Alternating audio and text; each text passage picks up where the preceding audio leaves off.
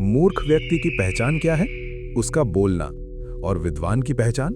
उसका मौन। मगध के सम्राट बनना चाहते हो या केवल भीड़ का हिस्सा? याद रखना, जो अपनी जुबान को वश में नहीं कर सकता, वो इस संसार को क्या खाक वश में करेगा। लोग कहते हैं बोलना एक कला है, लेकिन मैं कहता हूं चुप रहना एक शस्त्र है। जो सही समय पर चुप रहना सीख गया, समझो उसने आधे शत्रुओं को बिना युद्ध किए ही परास्त कर दिया। आज मैं तुम्हें बताऊंगा कि क्यों एक राजा का सबसे बड़ा गुण उसका मौन होता है। तैयार हो जाओ, क्योंकि आज ड्रीम हौसला पर तुम वो सीखोगे जो तक्षशिला के गलियारों में गुप्त रखा गया था। चंद्रगुप्त आवेश में आकर बोला, आचार्य, धननंद ने भरी सभा में मेरा अपमान किया। मैं अभी जाकर उसे चुनौती देना चाहता हूं। मेरा रक्त उबल रहा है, मुझे जवाब देना होगा। आचार्य चाणक्य धीरे से मुड़ते हैं और कहते हैं, रुको चंद्रगुप्त, तुम्हारी सबसे बड़ी कमजोरी तुम्हारा ये उबलता हुआ रक्त नहीं, बल्कि तुम्हारी फड़कती हुई जुबान है। तुम अपना क्रोध बोलकर शांत कर रहे हो, जबकि तुम्हें उस क्रोध को मौन के नीचे दबाकर उसे ज्वाला बनाना चाहिए था। शत्रु को तब तक पता नहीं चलना चाहिए कि तुम घायल हो, जब तक तुम उसकी गर्दन पर पैर न रख दो। आचार्य ने सिखाया कि जब तुम्हारे पास खोने को बहुत कुछ हो और पाने को पूरा साम्राज्य, तो शब्द तुम्हारे सबसे बड़े दुश्मन बन सकते हैं। याद रखो, शिकारी जब शिकार करता है तो वो दहाड़ता नहीं, बल्कि घात लगाकर चुप बैठता है। चाणक्य नीति के 5 कठोर सत्य, जो अगर समझ लिए तो जिंदगी बदल देगी। 1.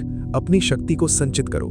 जैसे बहता हुआ पानी कभी चक्की नहीं चला सकता, वैसे ही व्यर्थ बोलने वाला व्यक्ति कभी महान कार्य नहीं कर सकता। जब तुम चुप होते हो तो तुम्हारी मानसिक ऊर्जा शरीर के भीतर जमा होती है, जो निर्णय लेने की शक्ति को 10 गुना बढ़ा देती है। 2. शत्रु को अंधकार में रखो। जो व्यक्ति अपनी अग्नि चाल का ढिंढोरा पीटता है, उसकी हार निश्चित है। चुप रहो, अपने विचारों को गुप्त रखो। जब तुम चुप रहते हो तो शत्रु भ्रमित हो जाता है। वो तुम्हारी चुप्पी से डरता है, क्योंकि उसे पता ही नहीं कि तुम क्या सोच रहे हो।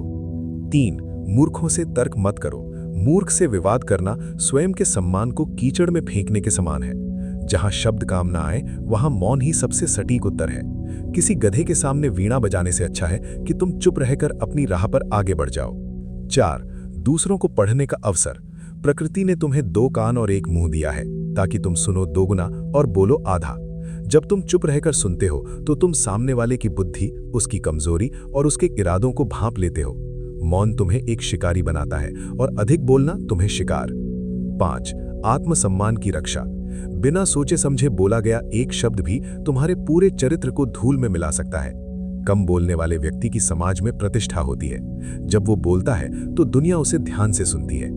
चाणक्य चंद्रगुप्त के कंधे पर हाथ रखते हुए कहते हैं, तो चंद्रगुप्त, तय करो, तुम्हें शब्दों का दास बनना है या खामोशी का स्वामी। याद रखना, महानता का मार्ग शोर शराबे से नहीं, बल्कि उस खामोशी से होकर गुजरता है जहां केवल तुम्हारा लक्ष्य जीवित रहता है। मौन कमजोरी नहीं, बल्कि एक साधना है। जो चुप रहना सीख गया, वो पूरे ब्रह्मांड को सुनने की क्षमता पा लेता है। यदि तुम्हारे भीतर भी सम्राट बनने की अग्नि जल रही है, तो आज से व्यर्थ की बातों पर पूर्ण विराम लगाओ। चुप रहकर काम करो और अपनी सफलता को दहाड़ने दो। अगर आचार्य की ये सीख तुम्हारे दिल तक पहुंची है, तो ड्रीम हौसला को अभी सब्सक्राइब करो। इस वीडियो को उन लोगों तक पहुंचाओ जिन्हें अपनी जुबान पर लगाम लगाने की जरूरत है। कमेंट में लिखो, जय चाणक्य, मैं मौन की शक्ति को सिद्ध करूंगा। चाहे तो आप इस वीडियो को भी देख सकते हो। क्या पता आपकी जीवन बदल दे। चलिए, मैं आपको वहीं मिलता हूं। धन्यवाद।